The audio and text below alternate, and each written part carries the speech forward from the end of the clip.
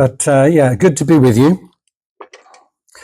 I will be sharing a little bit about the work of Damascus Trust, as John said, over or after we've had something to eat in here.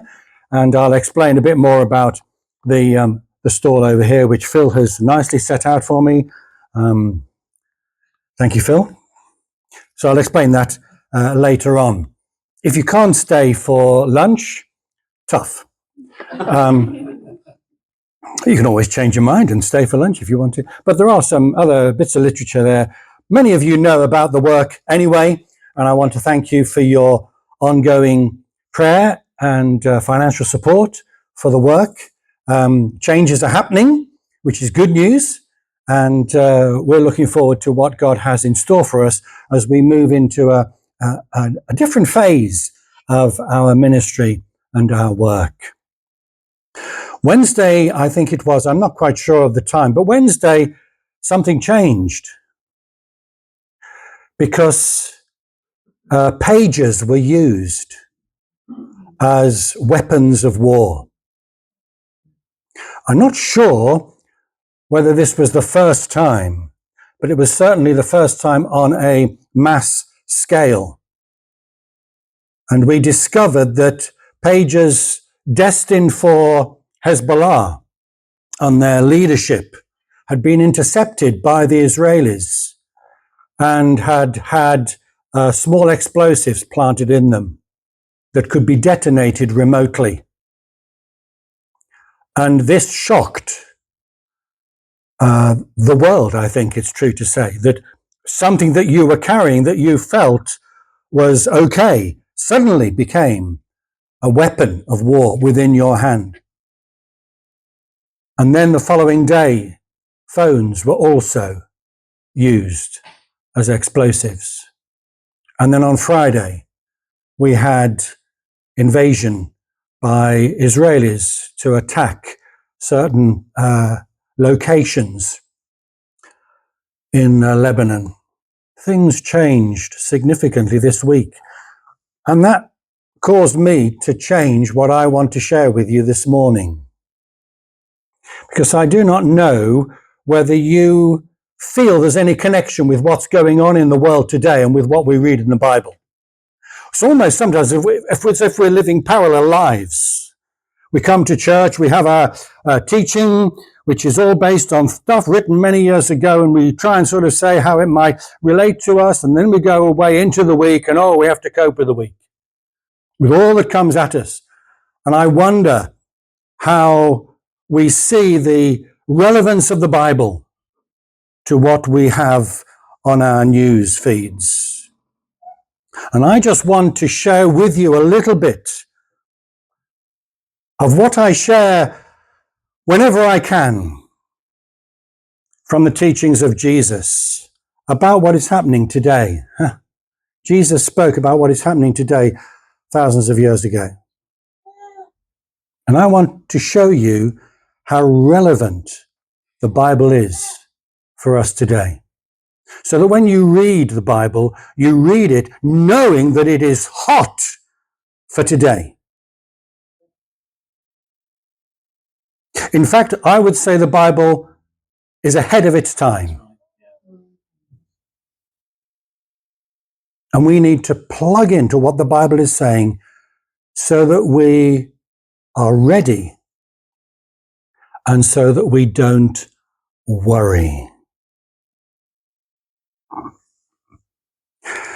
So I want to share with you from some teaching I give as part of the ministry of Damascus Trust. I'll be showing you a bit later on, we have now 9 main teaching series.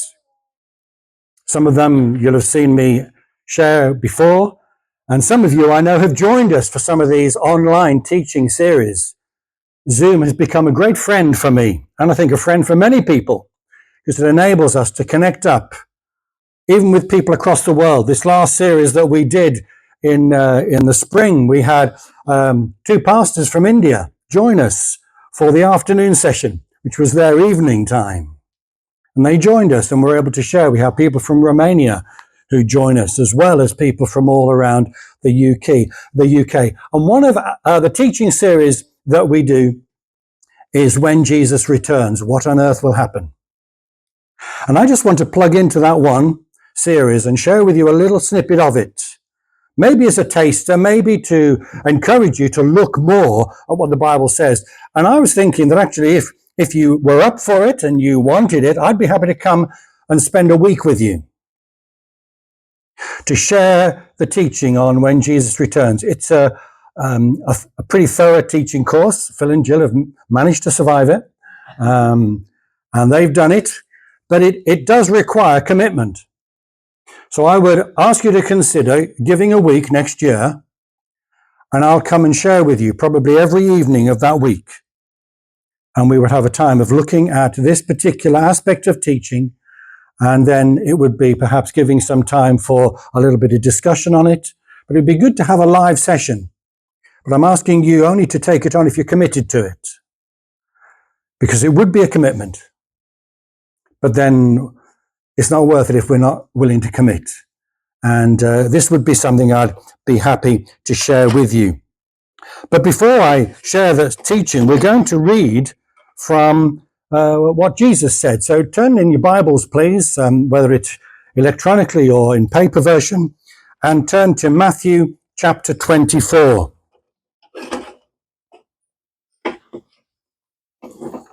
Matthew chapter 24.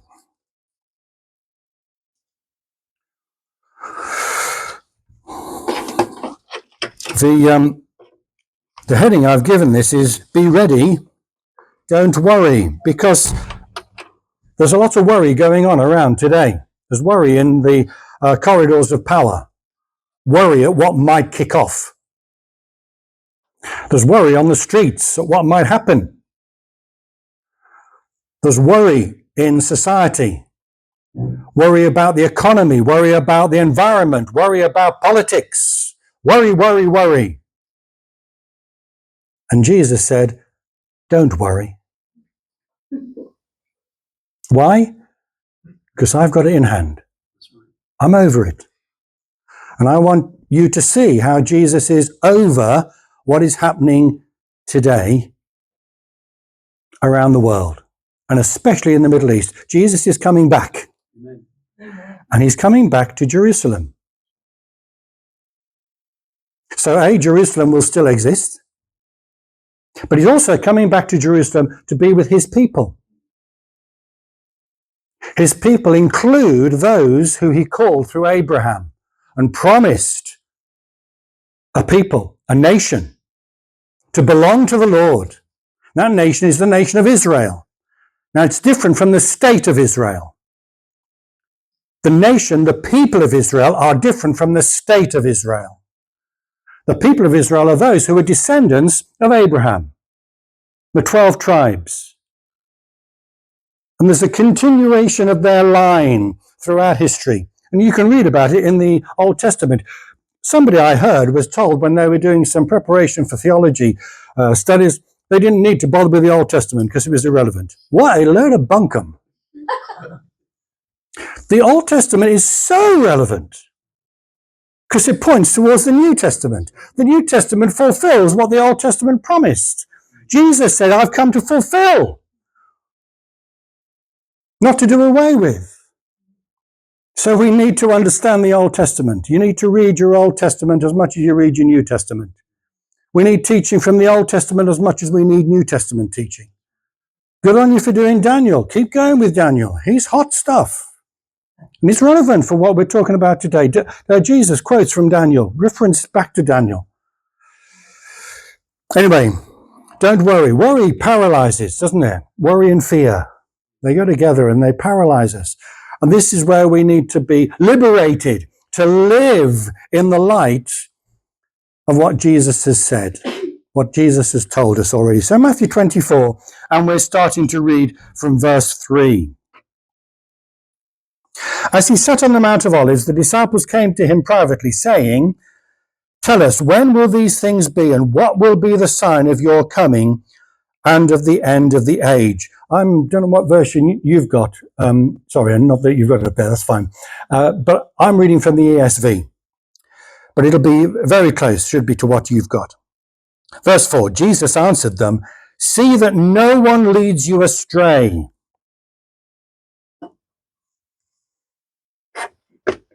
For many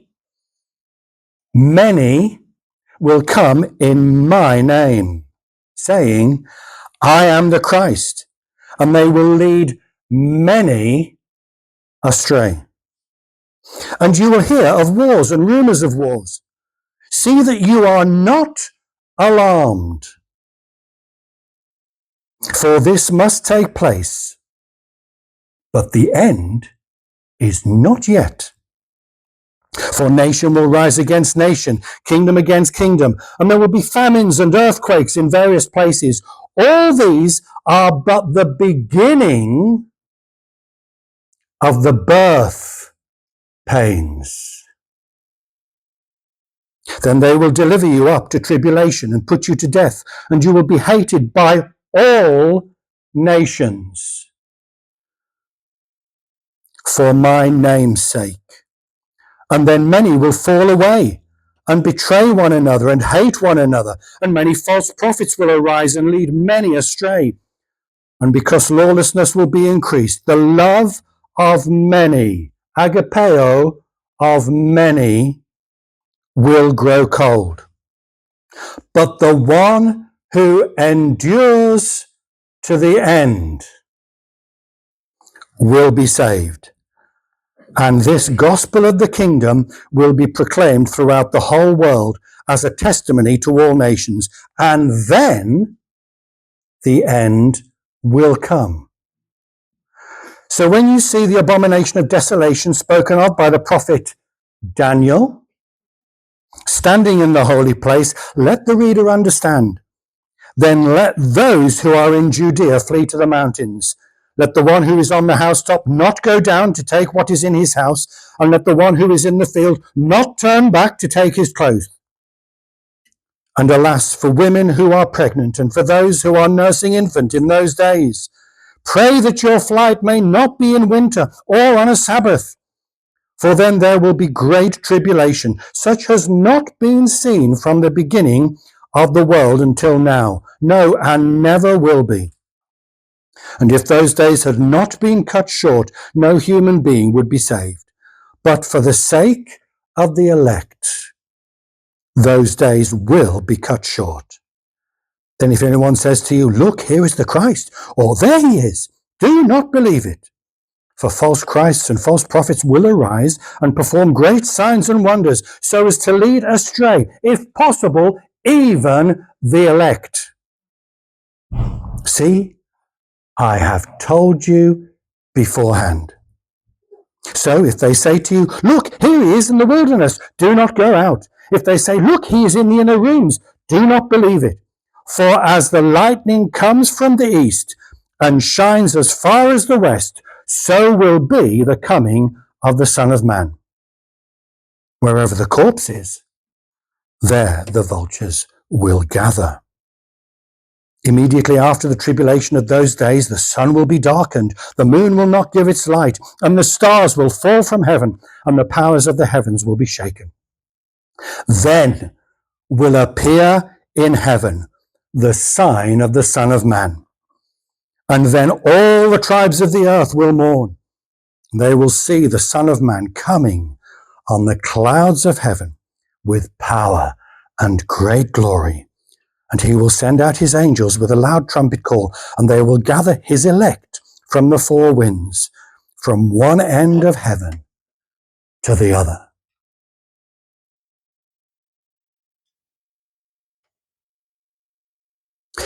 Be ready.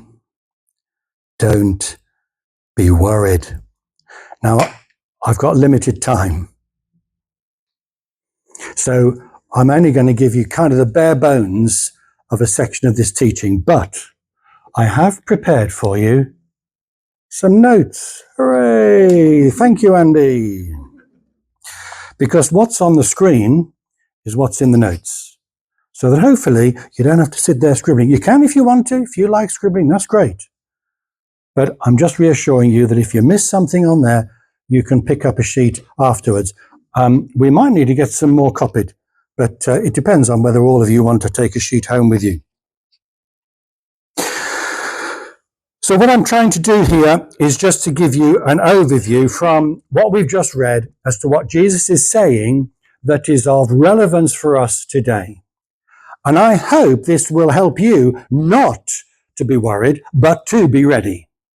So as you go out from this morning's service, I hope you go out different from how you came in.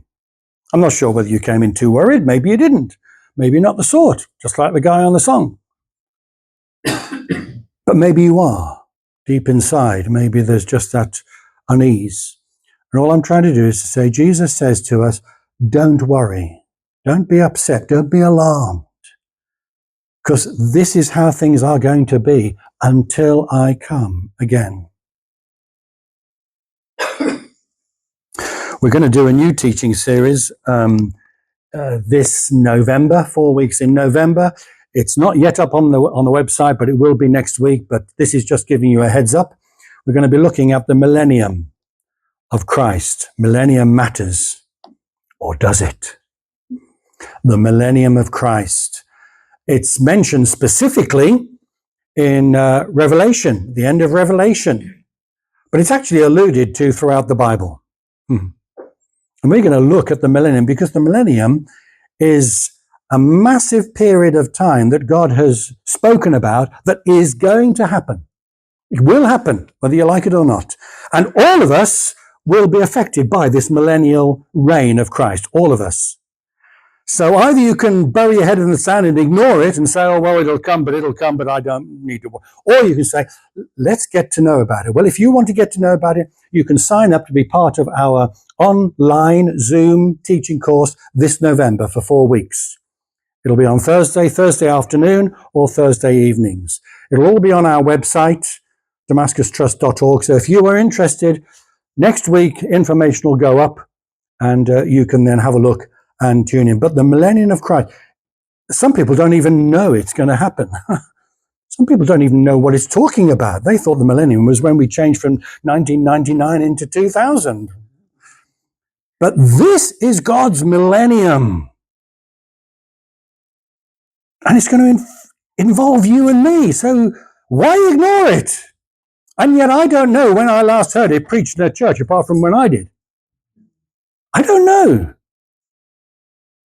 And it's one of those topics that has got a little bit of controversy about it, different opinions. So let's not worry about it. Let's just keep it down there and we all live happily ever after.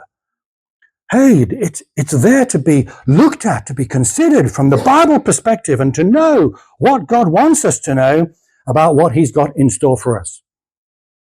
But what Jesus is talking of here is leading up to that time when he comes back and when he will reign on this present earth as what we might term a benevolent dictator.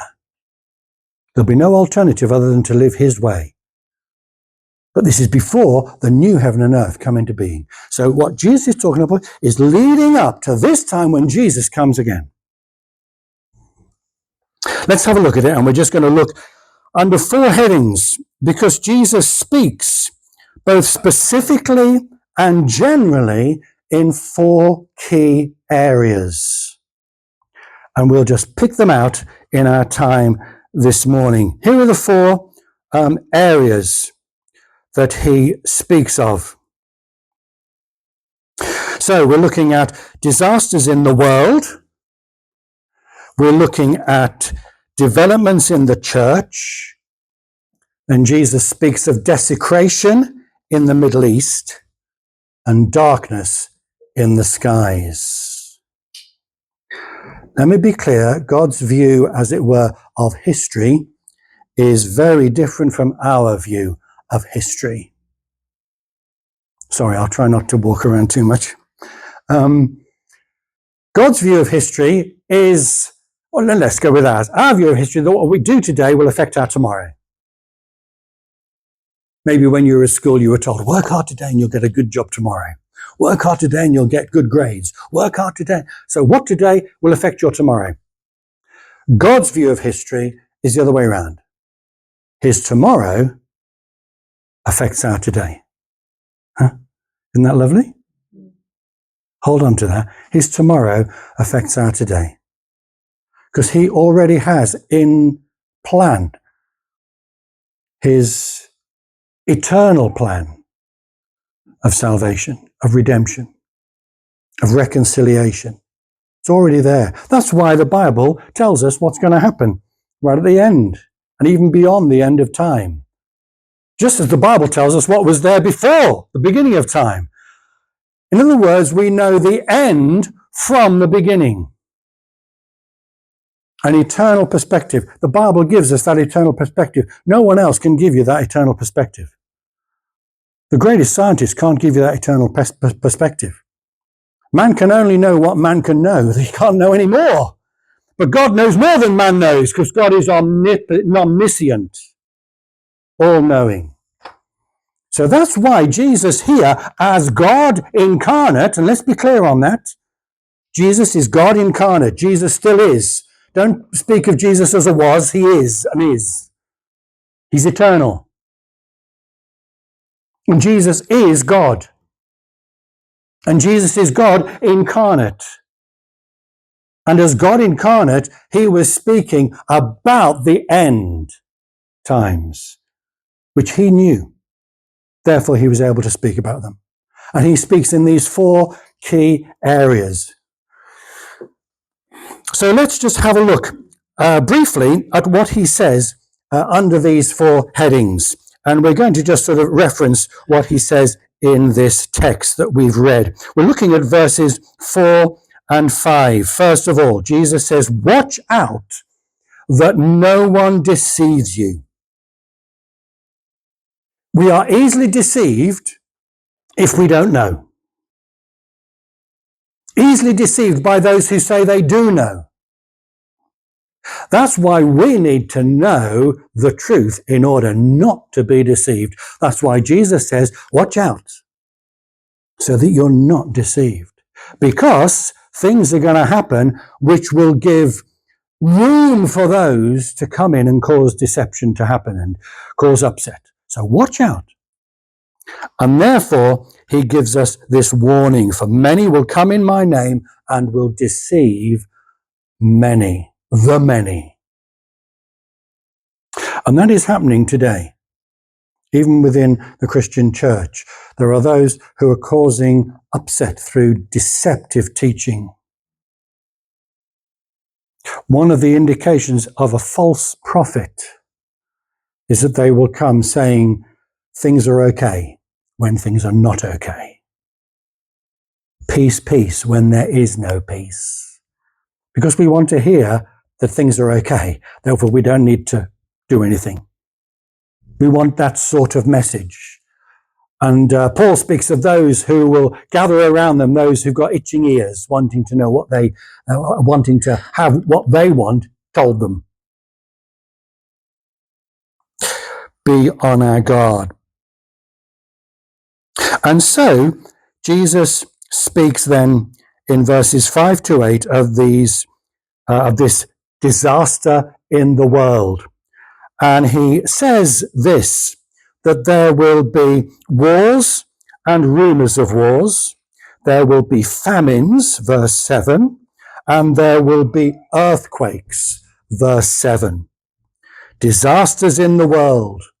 And here they are, wars, rumors of wars, famines, and earthquakes. Now you might say, but they've been going all the time. Well, exactly, that's what Jesus says.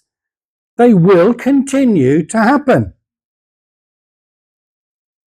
You'd have thought with all our development, scientifically, technologically, whatever in this world, that we'd have got over all of this, wouldn't you? That we'd have sorted out how not to fight. That you'd have thought we'd have learned out how not to have people without food we could share. And you'd have thought that perhaps even with our way of scientific knowledge, geological surveys, we'd be able to sort of guard against building where there might be earthquakes. But this is not the case. And you could say that going with what Jesus says, and notice that he says, these are the beginnings of birth pains. Makes a very interesting connection with how birth pains happen. Now, I've never given birth, but my wife has. And I've seen something of what happens. And the birth pains not only get more severe as the birth happens, but they get closer together. I think that's right. So we've got both an increased intensity as well as an increased regularity, if you like. And what it seems Jesus is saying is that these things that we're going to hear about from Jesus actually will get more severe as well as more frequent. So they're not going to be dying out. It's actually going to be getting worse. We haven't time, but the facts are there. Look them up on the internet.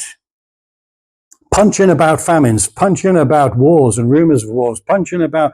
We've got 60 international wars going on at the present. 60 international wars going on at the present. Some of them have been going on for ages, for years, like the one in the Middle East. Others have gone out of the news. There's a civil war going on in Sudan. What we might have known as sometime Biafra. Do you remember the Biafra appeal when there was massive famine in Biafra years ago? It's still going on. It's not gone away. Oh, we put all our pennies and pounds into the offerings and whatever for helping it, but it's not gone away. It's still there. Civil war is still happening. And I would say if you check out, and I haven't got time now, but in our main study we would look at some of the details that are there. And it all points to what Jesus is saying. They're getting more frequent and they're getting more severe. And we need to be aware of this so that we're not worried or alarmed. We're not surprised because Jesus said it will happen. We've got a world population now of 8 billion. 8 billion. Just a few years ago, it was something like 2 billion. You know, suddenly, exponentially, we've exploded. And yet somehow we're all trying to survive on this same planet.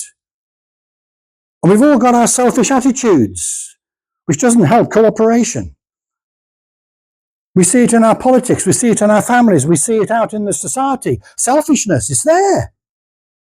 Because it's at the heart of a sinful nature. It's against God's way of doing things. So all I'm saying is, this is applicable for us. Jesus says it's going to keep happening. It's going to be there. So don't be surprised. Don't be alarmed after all these years.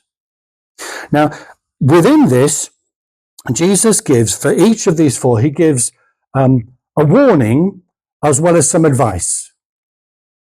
His warning here is, hopefully, go with this, come on, press the right one, Andy. The danger. The warning is there's a danger of false Christs and messiahs. False Christs and messiahs. Now, this is interesting because a Christ and a messiah is someone who promises deliverance.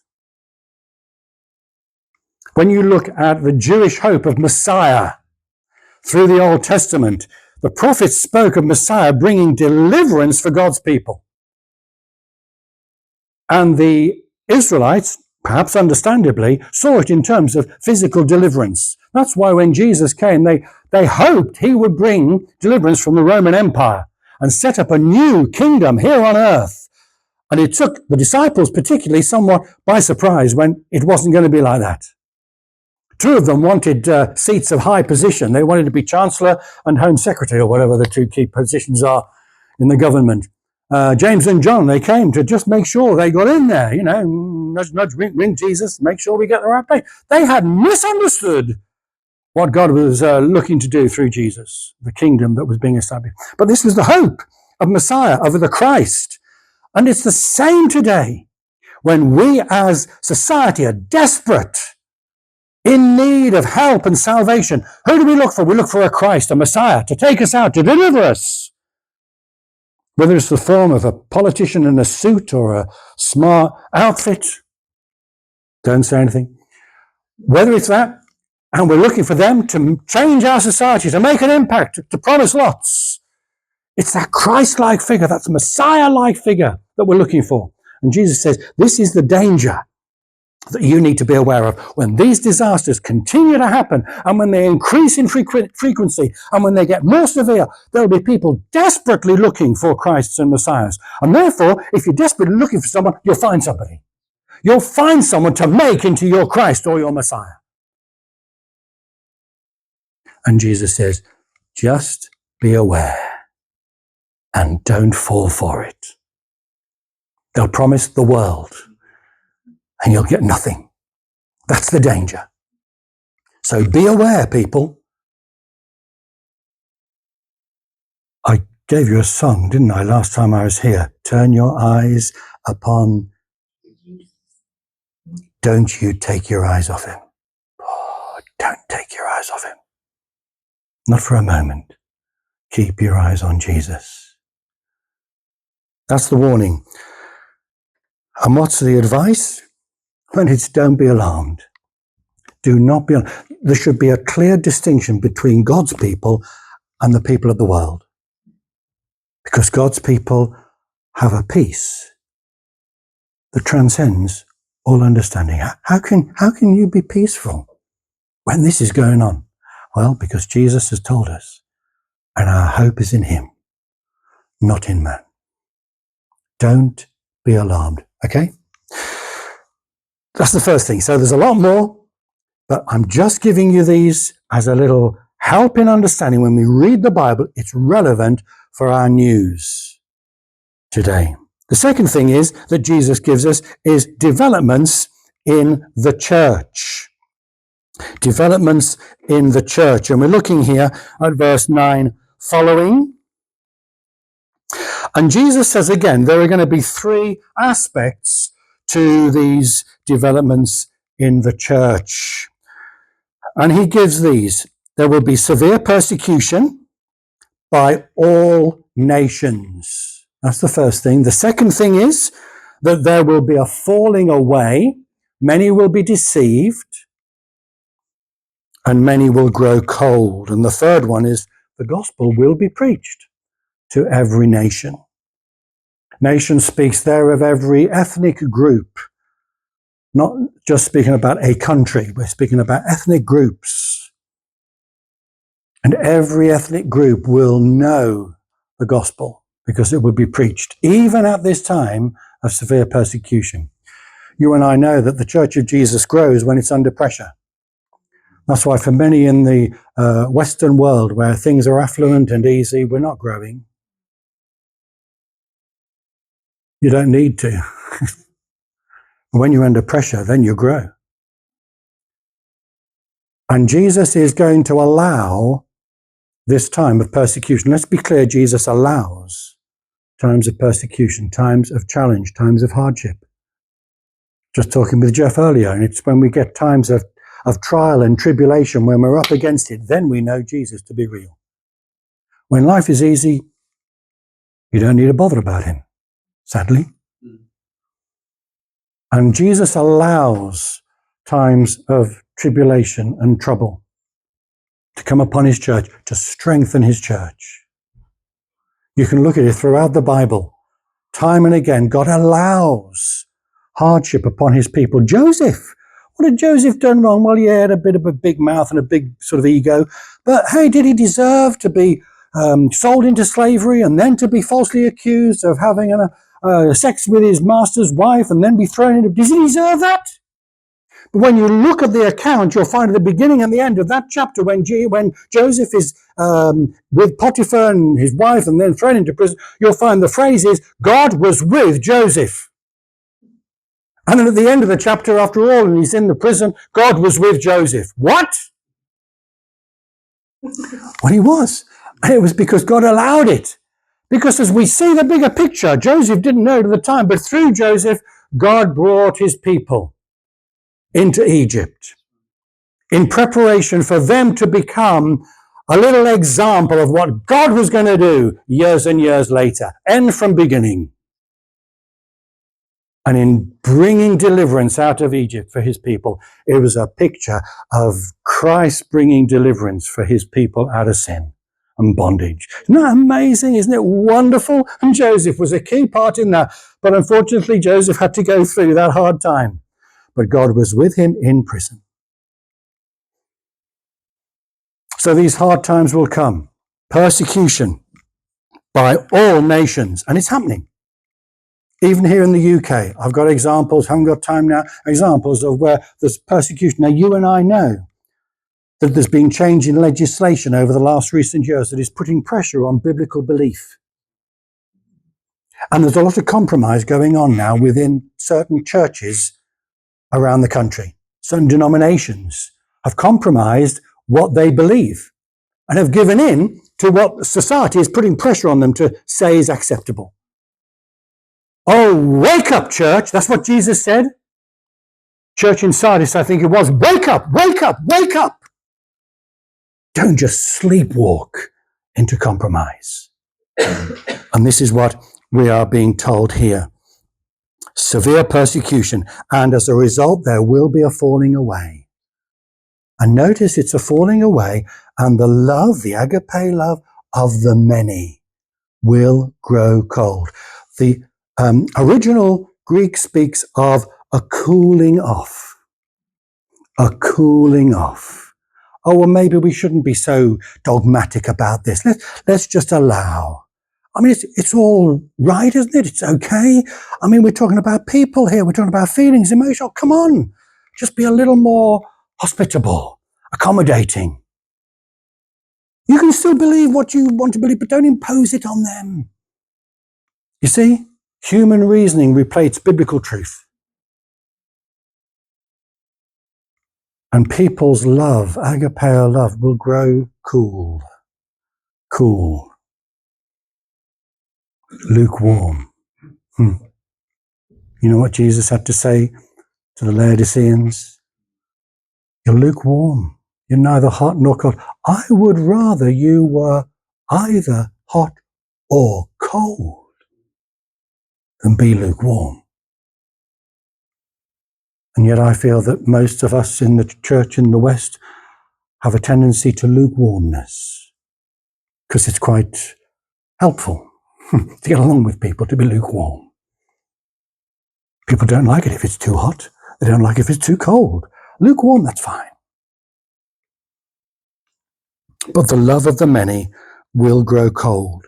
That's what he says. We've read it. So read it again. I've given you the verses. They'll be on the sheet. Have a read of it in light of what we're saying here. Because Jesus is highlighting the developments that are going to happen within the church. And we're seeing them in front of our eyes. These developments are happening within the church today.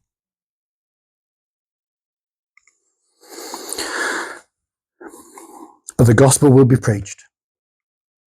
Jesus said, I will build my church, and the gates of Hades will not stand against it. Gates of Hades will not stand against it. Hades, that fear of death, will not be able to hold on to letting people be free through the gospel. The gospel will free people from the fear of death. And the gospel will be preached even at a time of severe persecution. Well, you and I know where is the church growing the fastest, where it's most persecuted. And the gospel is being preached. There are coming times, even now, happening in this country where street preachers are arrested for preaching what they believe is the gospel, even for just reading out some of the Bible. They can be arrested. The tide has turned, and it's coming back, as it were, to put pressure on us as the church. But the gospel will be preached.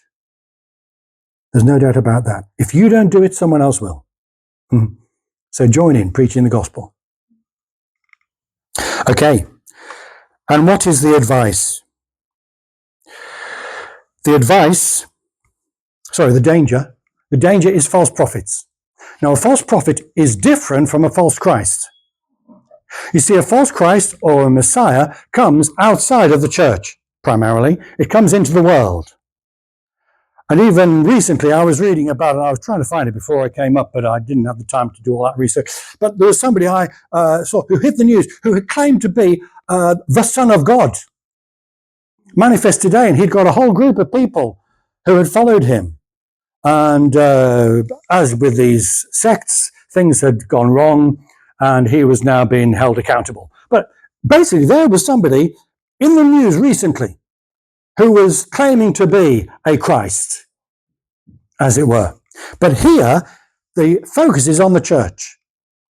And if somebody walks in through the doors and says to you, hey, I'm the Messiah, I've come to save you, we'll say, no way, because we know who is the Messiah. So in other words, we, the church, are not probably as vulnerable to being taken in by a false Christ or a false Messiah. We're not quite as vulnerable. We are still vulnerable. But we are very vulnerable at this time to false prophets. A false prophet comes into the church and gives false teaching, prophet or teacher. And there are many false prophets around.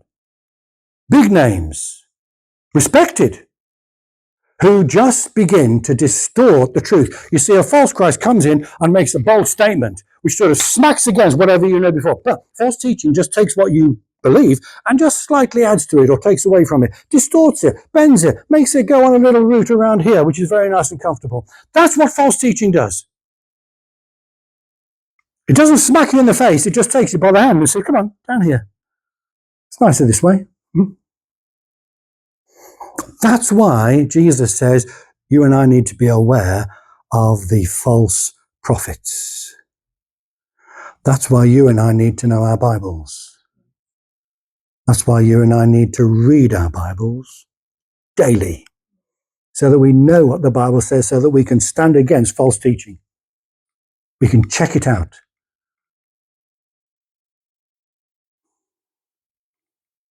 So that's the warning. What is the advice? The advice is to stand firm to the end. There it is in verse 13. He who endures to the end will be saved. Someone once said, it's not how you start, it's how you finish that matters. Many people start well. Jesus spoke of it in the parable of the sower. Different grounds that the seed falls on, and things happen, but they don't last because they haven't got the root. But he who endures to the end will be saved. Endure is a grit your teeth word. It's a set your face word. Endure means it's going to be tough. It's not going to be easy. An endurance race is not easy. One of my daughters ran in a half Ironman. It's like a glorified triathlon. She went in it and she had to swim, cycle, run. And in all three disciplines, she had to endure. And she was smiling about it. I don't know why, but she was smiling about it. She enjoyed it. She was, when she came, the last discipline of running into the finish line, I was there trying to get my pictures of her. And she was really sort of bouncing up on her. Amazing. The bottom line was she'd endured. She'd pushed through. When the swimming got a bit tough and people were all around her splashing, and it was in a mountain, big lake, and wow, but she endured. She could have just, out of this one.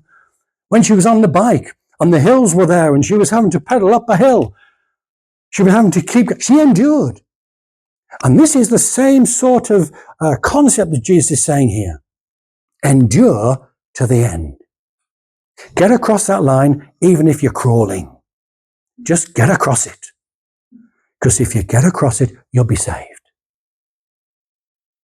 Endures to the end. Okay, we've got to keep going. Time ticketh by. So the next one is desecration in the Middle East. You can see why we'll need a week, can't you? Okay, the next one is desecration in the Middle East. Again, we have to be very aware that it's not us who are saying this, it's Jesus who is saying this. The Middle East has been chosen by God to be the location, not only a location for setting his people up, but also the location for coming back for his people. Why? Ask God. But he's chosen. In fact, he spoke of choosing Israel out of all the other nations. He said, The whole world is mine. But you, I love that. All the earth is mine. Of course it is. But you, Israel, you will be for me a holy nation, a people belonging to God. And then Peter takes that same phrase that was given to the Israelite people and he applies it to the church of Jesus. And he says, you are a chosen people. Why? Because in Hebrews we're told that we are grafted in. Not in Hebrews and Romans. We're grafted in to the rootstock of Abraham. We join with the Israelites in the promises of God.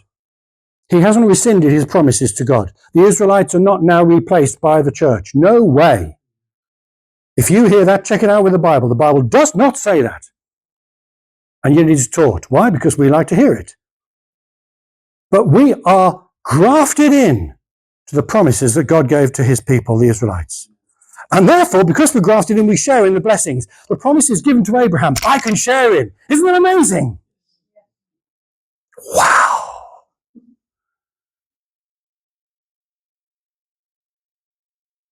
But we need to endure to the end in order to be saved and to be part of the church of Jesus.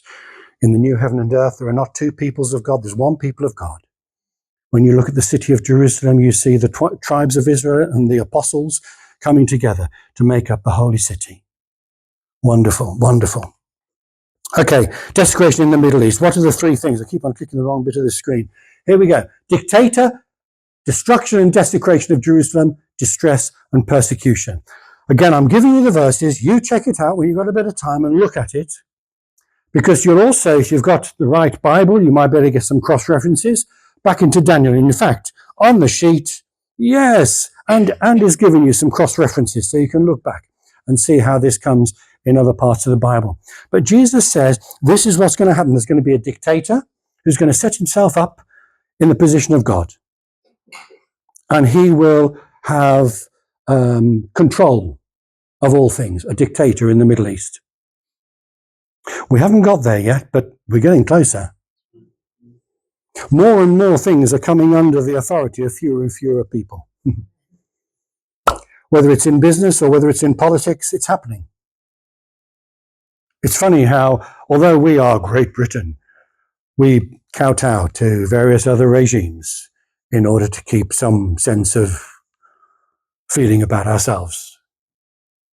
But this is what's going to happen. And this is what the book of Revelation speaks about in particular. Different levels of authority that are coming under this one authority that will be there. And this is what we're beginning to see play out in some ways within our world today. The setting in place a system that will allow a dictator. Just take our minds back to, was it 2019, 2020, when this pandemic came into play, and then all of a sudden, millions of people, billions of people, suddenly were under the control of a few. And you say it's not going to happen? Come again. They're already talking of another strain of the virus coming this winter. Don't worry. Be ready. Because Jesus says these things are going to happen. And technology is going to be part of allowing this dictator to set up in the Middle East. So there's going to be a dictator. Then there'll also be destruction and desecration of Jerusalem. Daniel spoke about it. It was acted out initially under a Roman emperor, Antiochus Epiphanes IV, where he desecrated the temple, the altar in the Jewish temple. And that was a picture of what was to come, because Jesus speaks about it after it had happened, but he refers to it in order to say this is what's going to happen at the end, but even greater, even more persecution, more oppression will take place, such has never been seen since or before or since. Destruction and desecration of Jerusalem. Keep our eyes open and aware of what's going on in Jerusalem. And then distress and persecution, not just within the church, but across the world. There will be this distress and desecration and persecution that will happen at this time. What is it that is given as the danger? Well, false Christs and prophets.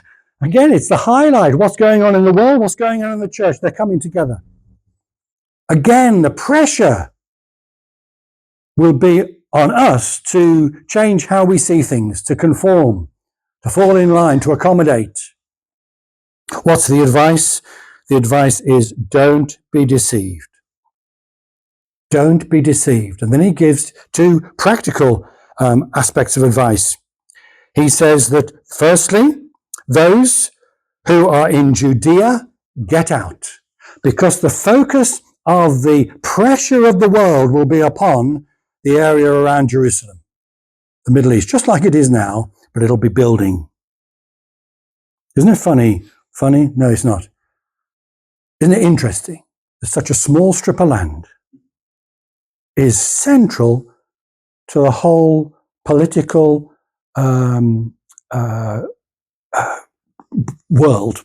world. Everything that happens in Israel has a ripple effect. It impacts the whole of the world. But this is what is going to happen. So don't be deceived. Those in Judea, get out. If you can escape what will be a big persecution, get out. But the rest, don't move. Don't panic. You see, when you panic, you start running in all directions. We've seen that time and again. Mind goes back to when terrorist attacks happen and people are alarmed. They panic and they run in all directions. Jesus says, when this happens, the rest of you, stay where you are. Don't panic. Because the coming of Jesus is just about to happen. So this is the third of the four areas that Jesus gives. And then lastly, Jesus speaks of darkness in the skies. Darkness in the skies. Now, this is where things get exciting. I'm just giving you a little hint of what the main teaching session looks at, but this is just before Jesus comes back. You know, when you go to a concert or you go to a theatre and you're talking away, chat, you're getting your drinks sorted, your refreshments, you're making sure you're comfortable, all that. There's a buzz. But then what happens just before the stage, the curtain comes up? What happens? Amazing, isn't it? And everybody stops talking and everybody starts looking. This is what's going to happen just before Jesus comes back. It says every eye will see him. How? Here's how. The lights go down. The sun stops shining. The moon stops shining. The stars fall from their place. It goes black. The universe goes black. Just before the light of the world comes back in all his glory. Isn't that wonderful? How exciting is that? For those who've survived, those who've endured, those who are still around when this happens, what a moment. When the light of the world, the light of the universe breaks through and the whole cosmos will see him. The whole cosmos will see him.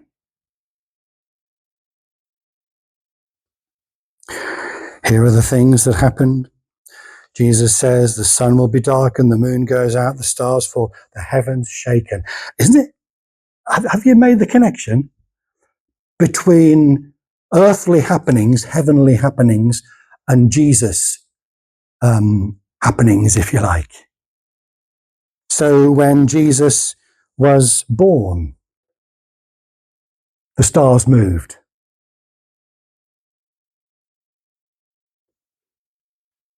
When Jesus died, there was an earthquake. Tombs broke open. And holy people were raised to make an appearance after the resurrection in the holy city. Oh, you're back. And then when he resurrected, we read another one. Matthew's account says there was an earthquake when the angel came to move the stone. Oh, and by the way, he didn't move the stone to let Jesus out. Jesus was already out. He moved the stone to let the disciples in. Let's be clear about that. Huh? But an earthquake happened at his resurrection. And then, what happened at his coming again? We read that the universe will respond to his coming back and put all the lights out, ready for his coming again. Heavens will be shaken. And what are we told in terms of a danger? No danger is given, because there isn't time. No danger. What's the advice? Look up. He's coming back. Amen. Look up. Wherever you are, whatever you've been through, stop, stand still, look up, because he's coming back. And there are beautiful passages that are linked with this passage, both that Jesus gave us in Revelation and also Paul spoke about, which all correlate, all come together. I've given you the references in the notes so you can have a look at them together, line them up. But the truth is, when Jesus comes again, he's going to be met by his church. We're going to be caught up in the moment, in the twinkling of an eye. We're just caught up to meet the Lord as he returns. And we'll come back to reign with him for 1,000 years. We, the church, will reign with Christ in our resurrected bodies. How? Well, look at the resurrected body of Jesus. He lived in his resurrected body for days afterwards, alongside those who are in their mortal bodies. And we will reign with him. Why? Well, join us for the Millennium Matters teaching, and you'll find out why it is so important. So important. The millennium happens, and God's already got it in place. So here we are. Now, I've given you some other things that I haven't got time for on the notes, but you'll be able to look at this. I'll just give you a quick précis of this. As well as these signs, Jesus states these things. You can look at them there in your Bibles, that his coming will not be secretive. Some people speak about a secret coming again. I'm not sure that's in the Bible, folks. No, signs are to make believers ready and watching. They're not there to make us fearful. They make us to ready and to be watching. Then for the unbelievers, they will be carrying on life as normal, ignorant of God's warnings, as in the days of Noah. So will be the coming of the Son of Man. What happened in the days of Noah? They just carried on life as if things were okay, even though they saw an ark being built. Even though Noah preached to them, they just ignored it and got on with life as if it was nothing happening. And then all of a sudden, it came upon them. And the thing is that a clear separation will take place. A clear separation will take place. But for the believer, it says these things. We are to be alert and keep watch so as not to be taken by surprise. It may be unknown as to when he's coming back, but we're not going to be unprepared. And then we are to stay faithful whilst he's away. Jesus is looking at us whilst he's away, seeing how faithful we stay to him. He's not looking for a show at the end, all suddenly busy, busy, busy. Jesus is coming back, quick, get busy. It's been busy for him when he's away. And he's looking at us even now. And then the warning to servants that was given, not to become complacent. Oh, brothers and sisters, don't become complacent. Complacency is a danger for us all to be aware of, so that we stay alive and well.